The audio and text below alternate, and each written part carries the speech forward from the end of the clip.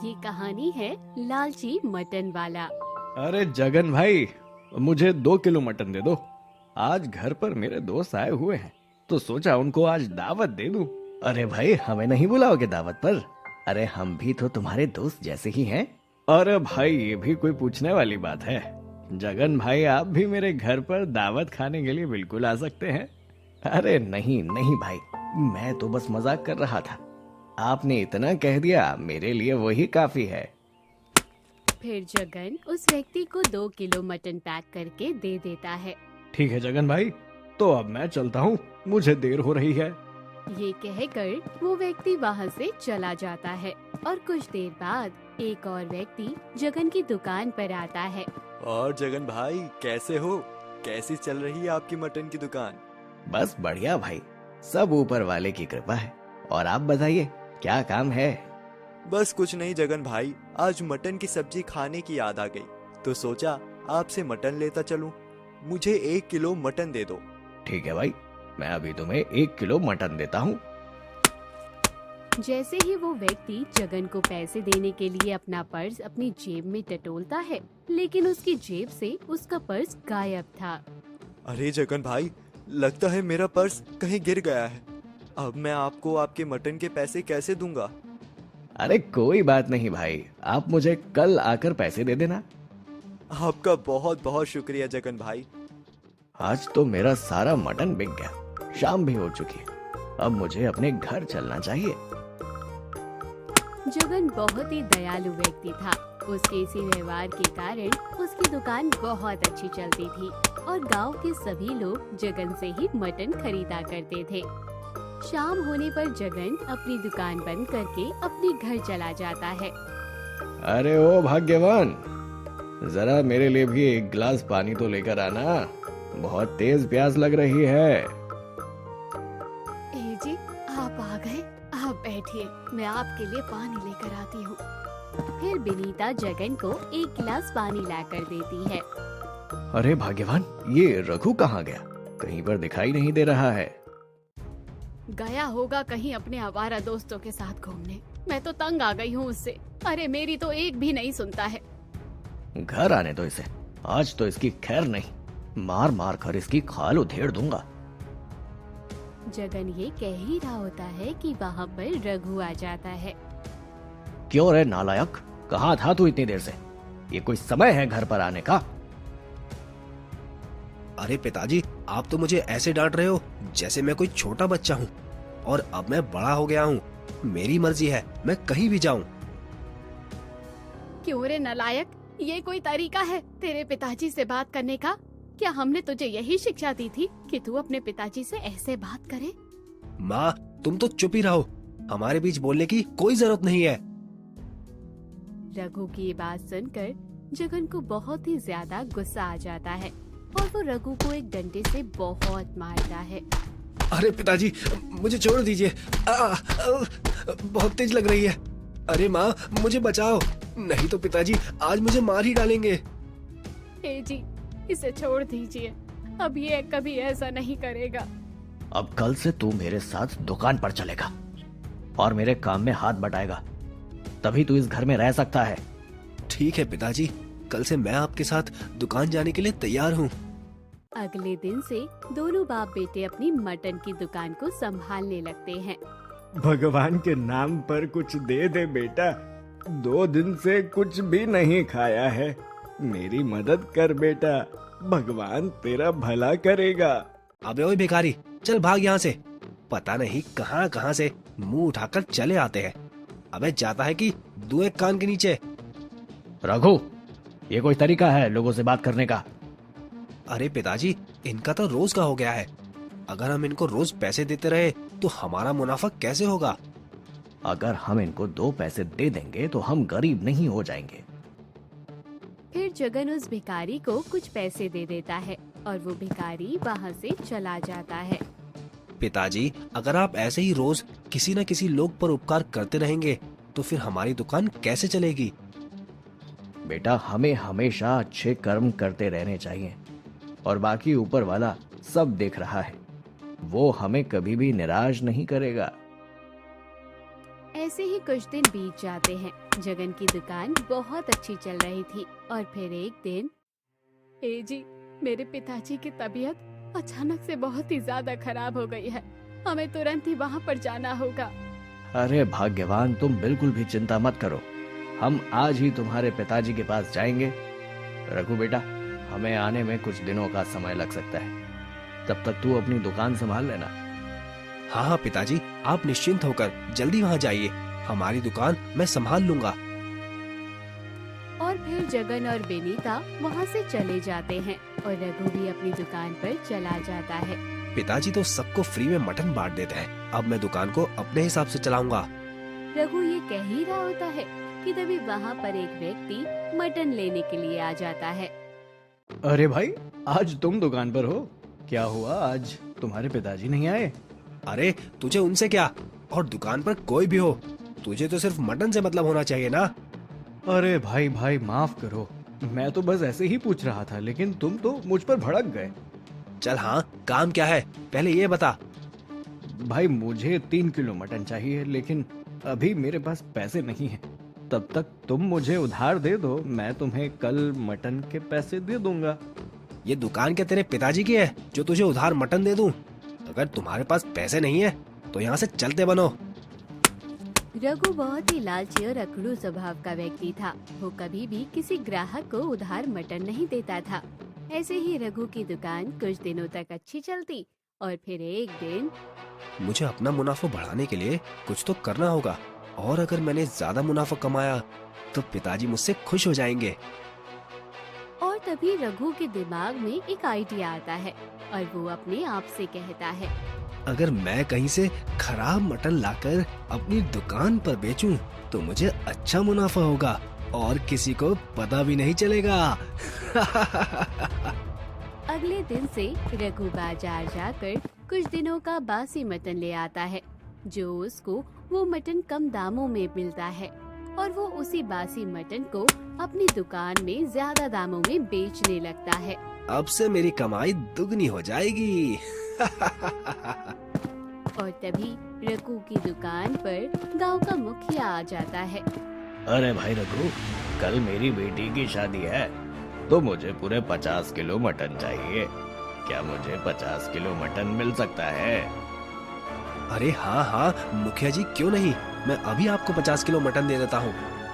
तो ठीक है रघु, अब मैं चलता हूँ, मुझे देर हो रही है। शाम को रघु अपना सारा मटन बेचकर घर आ जाता है। अरे वाह वाह, आज तो मुझे तिगुना मुनाफा हुआ है। अगर ऐसे ही रोज मेरी दुकान चलती रही तो वो दिन दूर नहीं जब हम अमीर हो जाएंगे। अगले दिन सभी बाराती मुखिया जी के घर दावत खाने के लिए आते हैं। सभी बारातियों, पेट भर के मटन की सब्जी खाओ। मैंने तुम सभी के लिए स्पेशल मटन की सब्जी बनवाई है। सभी बाराती पेट भर के भोजन करने लगते हैं और तभी अचानक एक बाराती की तबीयत खराब हो जाती है और वो मुखिया जी से कहता है, मुखिया जी, मुखिया जी, मुखिया जी, मेरे पेट में बहुत तेज दर्द हो रहा है। अब मुझसे ये दर्द सहन नहीं होता। मेरे भी पेट में बहुत तेज दर्द हो रहा है। अरे कोई मुझे अस्पताल ले चलो। देखते ही देखते सभी बारातियों की तबीयत अचानक खराब हो जाती है और उन सभी को मुखिया जी अस्पताल में भर्ती करा देते हैं। अरे डॉक्टर साहब, क्या आप मुझे बता सकते हैं कि ये सब लोग अचानक से बीमार कैसे हो गए? देखिए मुखिया जी, इन सभी को फूड पॉइजनिंग हुई है। जरूर इन्होंने कुछ उल्टा सीधा खाया है। लेकिन सभी खाना तो मैंने अपने आंखों के सामने बनवाया है, तो फिर इन सबको फूड पॉइजनिंग कैसे हो सकती है?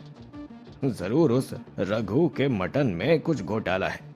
मुझे जल्दी ही पता लगवाना होगा। फिर मुखिया गुस्से में एक फूड इंस्पेक्टर को लेकर रघु की दुकान पर पहुंच जाता है। क्यों रे रघु, सच सच बता कि तूने इस मटन में क्या मिलाया है? अरे मुखिया जी, ये आप क्या कह रहे हैं? मैंने इस मटन में कुछ भी नहीं मिलाया है, मेरी बात पर विश्वास कीजिए। लगता है तू ऐसे नहीं मानेगा। इंस्पेक्टर साहब, इसके मटन की जांच कीजिए।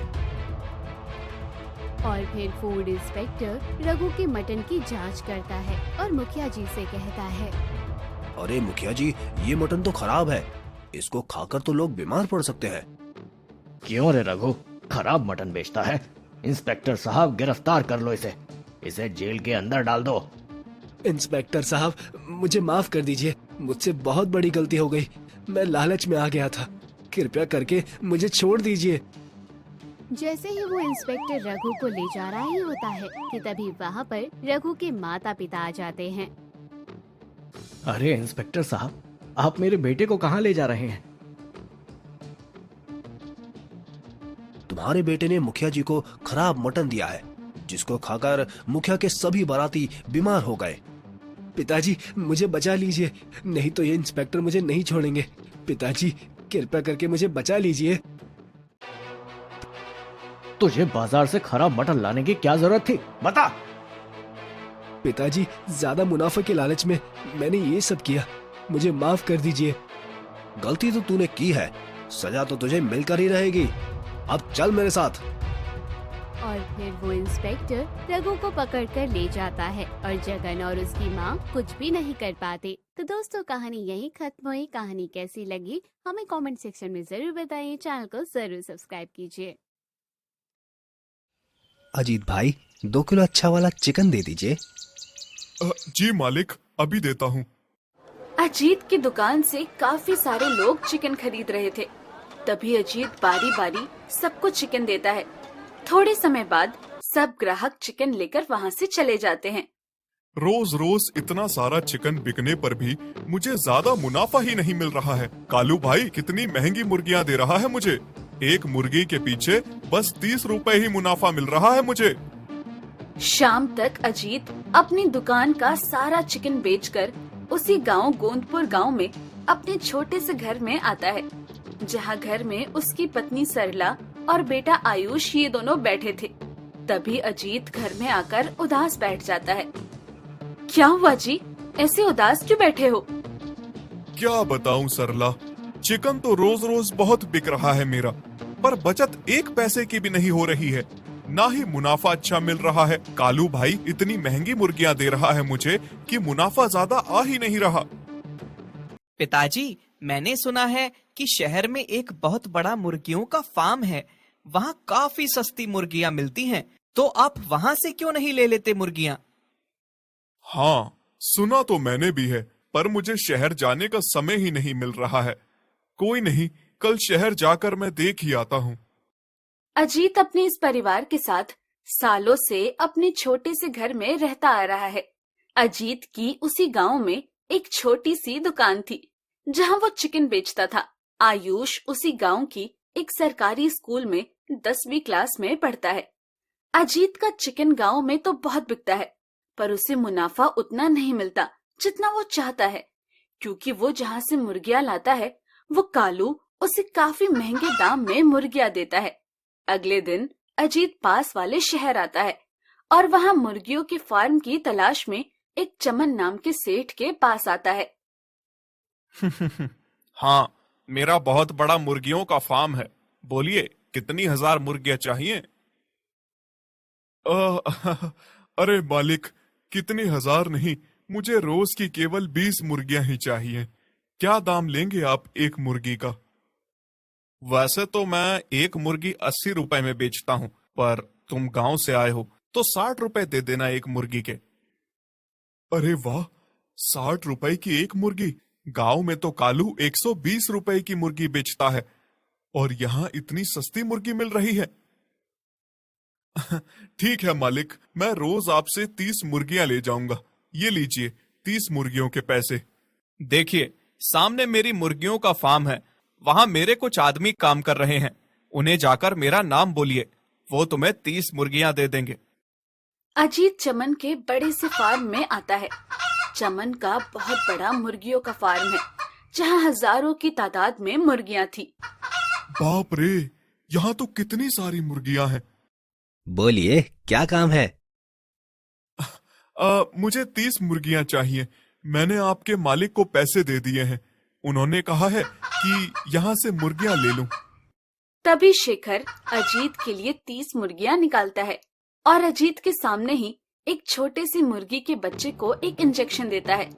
ये देखकर अजीत शेखर से पूछता है, अरे भाई, आपने इस बच्चे को इंजेक्शन क्यों दिया? किसी को बताना मत, ये ना एक खतरनाक किस्म का केमिकल है। इसे इंजेक्शन में डालकर छोटी मुर्गी को देने से 2 दिन में ही वो छोटी मुर्गी बड़ी मुर्गी बन जाती है। हम अपने फार्म्स में ऐसे ही मुर्गियों को जल्दी बड़ा करते हैं। ये सुनकर अजीत के होश उड़ जाते हैं। ये तो बड़ी खतरनाक चीज है। सुनिए भाई, मुझे भी ये केमिकल दीजिए ना। 5,000 रुपए लगेंगे इसके। तभी अजीत शेखर को 5,000 रुपए देता है। तो शेखर चुपके से 10 केमिकल की बोतल और एक इंजेक्शन एक पॉलिथिन में लाकर अजीत को देता है। अच्छा सुनिए, हमारे पास एक दवाई और है जिसे आटे में मिलाकर मुर्गियों को खिलाने से उन मुर्गियों का वजन 2 ही दिन में 2 गुना हो जाता है। पर उस दवाई के 10,000 रुपए लगेंगे। 10,000 तो बहुत ज्यादा है, पर दवाई लेने पर कमाई भी तो अच्छी होनी चाहिए मेरी। अजीत वो केमिकल और मुर्गियां लेकर अपने गांव आता है और अपने परिवार से केमिकल की बात छुपाकर गांव के साहूकार से 10,000 रुपए कर्ज लेता है और शहर जाकर शेखर से वो दवाई भी खरीद लेता है। रात का समय सरला आयुष सो चुके थे। तभी अजीत अपनी 20 मुर्गियों को केमिकल इंजेक्शन लगाकर उन्हें आटे में दवाई मिलाकर खिला देता है। अब 2 दिन के बाद ये 1-1 किलो की मुर्गियां 3-3 किलो की हो जाएंगी। अजीत इस खतरनाक काम को अंजाम दे रहा था। इस बात की खबर सरला आयुष को नहीं थी। जैसे तैसे 2 दिन बीत जाते हैं। तभी अजीत अपनी मुर्गियों को देखता है तो उसकी मुर्गियां सच में 1 किलो वजन से 3 किलो वजन के बराबर हो चुकी थी। तभी अजीत 10 मुर्गियों को दुकान में लाता है और सारे दिन में उन मुर्गियों का चिकन बेच देता है। रोज के मुकाबले आज अजीत को काफी ज्यादा मुनाफा मिलता है। अरे वाह, इतने सारे पैसे! आज तो अच्छी कमाई हो गई मेरी। अजीत घर आता है। आधी रात का समय। एक काम करता हूँ, अपनी इन मुर्गियों को और इंजेक्शन लगाकर दवाई खिला देता हूँ ताकि ये मुर्गियां और बड़ी और वजनदार हो जाएं। अजीत के मन में लालच जाग चुका था। इसी तरह अजीत रोज रोज गांव वालों को केमिकल और दवाई मिला चिकन बेचने लगा और खूब पैसा कमाने लगा। कई दिन ऐसे ही बीत जाते हैं। अब अजीत का केमिकल मिला चिकन खाकर गांव में लोग बीमार पड़ने लगते हैं। एक दिन रमेश अजीत की दुकान पर आता है। अजीत भाई, आधा किलो चिकन दे दीजिए। रमेश भाई, आप इतना कम चिकन क्यों ले रहे हो? वो क्या है ना, अचानक घर में सब बीमार हो गए हैं, इसीलिए आज कम चिकन लेना पड़ रहा है। रमेश अजीत से चिकन लेकर चला जाता है। तभी आयुष की स्कूल का टीचर मोहित अजीत की दुकान पर आता है। अब अजीत को पता नहीं था कि मोहित आयुष की स्कूल का टीचर है। सुनिए भाई साहब, कल मुझे 30 किलो चिकन चाहिए। मिल जाएगा इतना चिकन आपके पास? जी साहब, मिल जाएगा। अच्छा, ये लीजिए एडवांस पैसे। कल आप 30 किलो चिकन तैयार रखना। मोहित वहां से जाने लगता है। अब कल अपने जन्मदिन पर मैं स्कूल में अपनी ओर से सारे बच्चों को खाना खिलाऊंगा।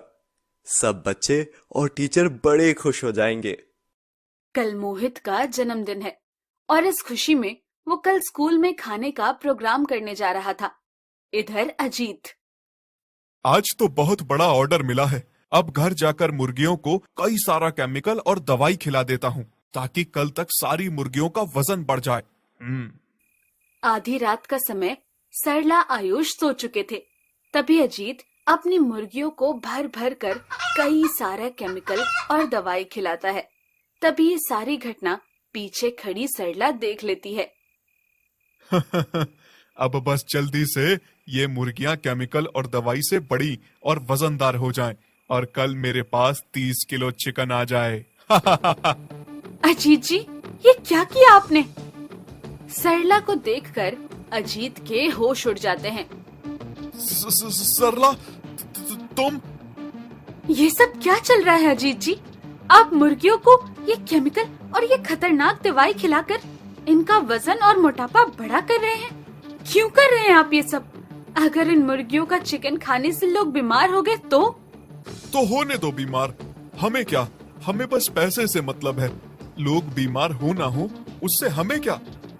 नहीं अजीत जी, ये गलत है। आप लोगों की भावनाओं के साथ ऐसा गंदा खिलवाड़ मत कीजिए। लोग कितने विश्वास से आपके पास आकर आपसे चिकन खरीदते हैं, इस उम्मीद में कि आप उन्हें अच्छा चिकन देंगे, पर आप तो लोगों की सेहत के साथ इतना बड़ा खेल खेल रहे हैं। देखो सरला, मुझे मत सिखाओ क्या सही है और क्या गलत, और खबरदार जो तुमने इस बारे में किसी को बताया तो। मत कीजिए ऐसा अजीत जी, ये गलत है। सरला अजीत को काफी मना करती है, पर अजीत उसे डरा धमका कर चुप बिठा देता है। अगले दिन अजीत मोहित को वही ज्यादा मात्रा में केमिकल दवाई मिला चिकन दे देता है और मोहित उसे स्कूल में लाकर उससे खाना बनाता है और स्कूल के सारे बच्चे और आयुष वही केमिकल दवाई मिला चिकन खा लेते हैं। थोड़े समय बाद अचानक बच्चों के मुंह से और आयुष के मुंह से खून निकलने लगता है और सब बच्चे बेहोश हो जाते हैं।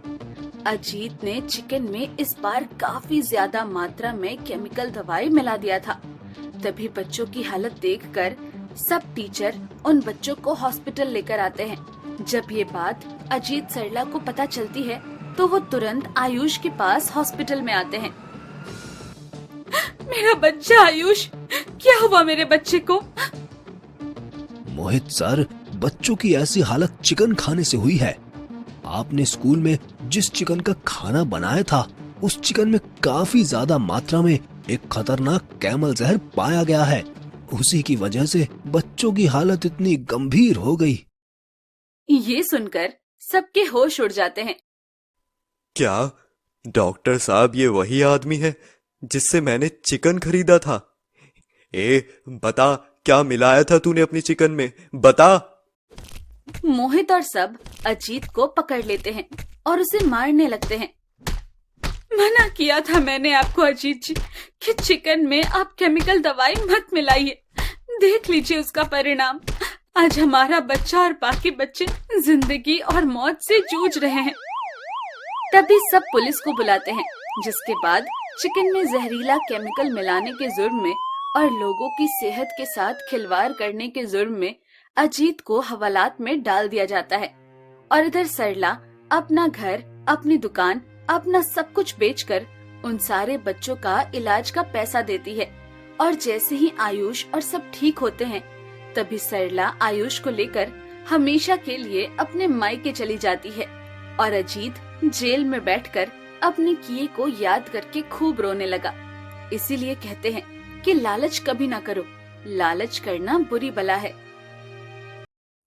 दोस्तों आ ही गए हो तो चैनल को सब्सक्राइब कर देना और वीडियो अच्छी लगे तो लाइक और शेयर भी कर देना और बेल आइकन जरूर दबा देना ताकि आपको नए वीडियोस की नोटिफिकेशंस मिलती रहे।